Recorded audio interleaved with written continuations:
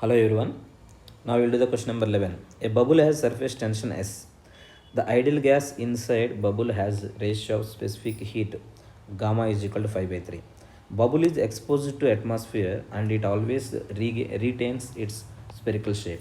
When the atmosphere pressure is PA1, the radius of the bubble is found to be R1 and the temperature of the gas is T1.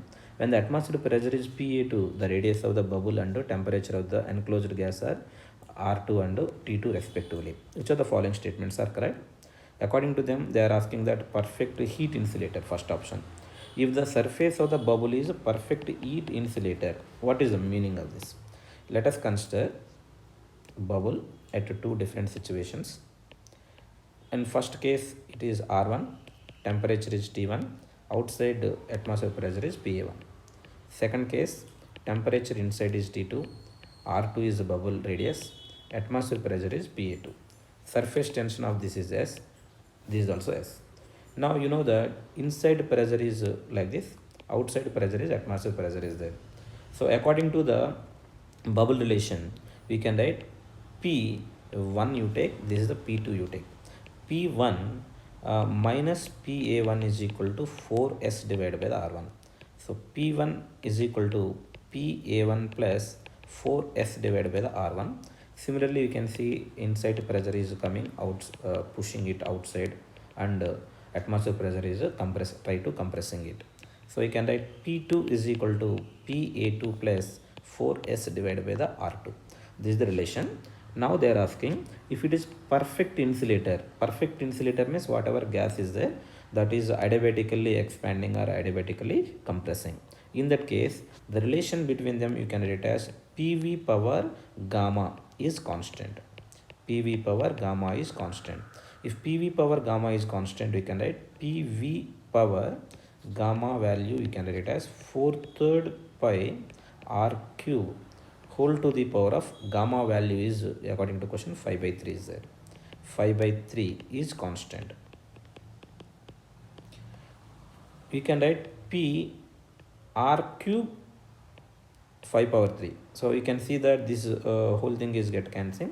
Now R power 5 is constant. Remaining constant I bring outside. So you can see that you should not cancel actually like this.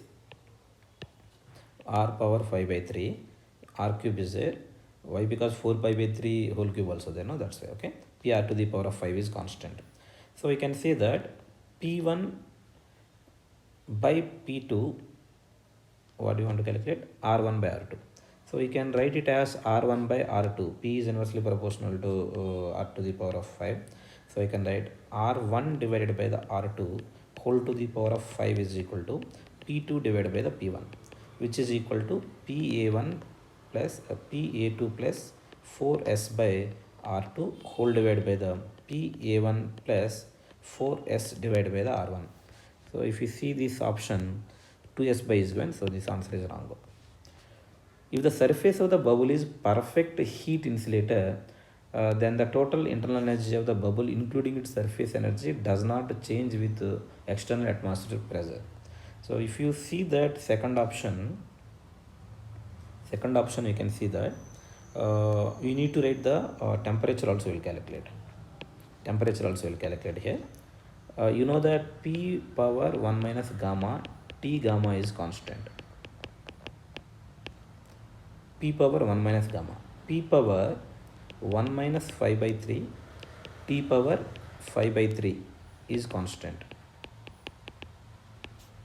P power minus 2 by 3, T power 5 by 3 is constant. Again, this can be written as T power 5 by 3 divided by T power 2 by 3 is constant. If you observe this, T power 5 by 2, T2 by T1 they are asking. So we can write you divide with 3 by 2 both the sides. T power 5 by 2 divided by the P is constant. From this we can say that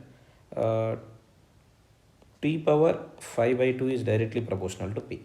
We write that T2 by T1 whole to the power of 5 by 2 is equal to P2 divided by the P1. P2 value is PA2 plus 4s divided by the R2 whole divided by the PA1 plus 4s divided by the R1. This is a T2 by T1. So this option, D option is correct. Now observe this carefully. If the surface is here also heat insulator is given, that's why I did. If surface of the bubble is perfect heat insulator, then total energy of the bubble including surface energy does not change with the external pressure. Now see here, insulating case, we can see in adiabatic process internal energy is depending on the whatever temperature variation is there. Here T2 and T1 both are depending on the atmosphere pressure. So you can see that in adiabatic process, delta U is equal to, you can write NCV into delta T depending on atmospheric pressure and surface energy of bubble that can be written as surface energy can be written as area, change in area into S. Change in area you can write 4 pi into R2 square or R1 square. We can see R1 by R2 value, if you see that, whichever, maybe R1 or R2 is there. I am writing R1 square minus R2 square or R2 square minus R1 square, anything, into S. Here R1, R2 also depending on atmospheric pressure. So according to question, if you observe that, they have given does not change with the external atmospheric pressure. So this option is wrong. They are depending on it. Next, if the surface of the bubble is perfectly heat conductor, change in atmospheric pressure is change in atmospheric temperature is negligible, then R1 by R2 ratio you have to calculate. Perfect insulator is nothing but we can write it as isothermal process. Change in heat they have written neglected now, that's why. PV is constant.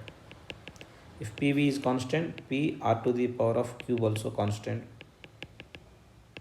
You can write it as R1 by R2 is whole power cube is equal to P2 divided by P1. You can write PA2 plus 4S by R2 whole divided by the PA1 plus 4S divided by the R1. Now we can see PA2, this option is correct. Just observe that according to given options, we can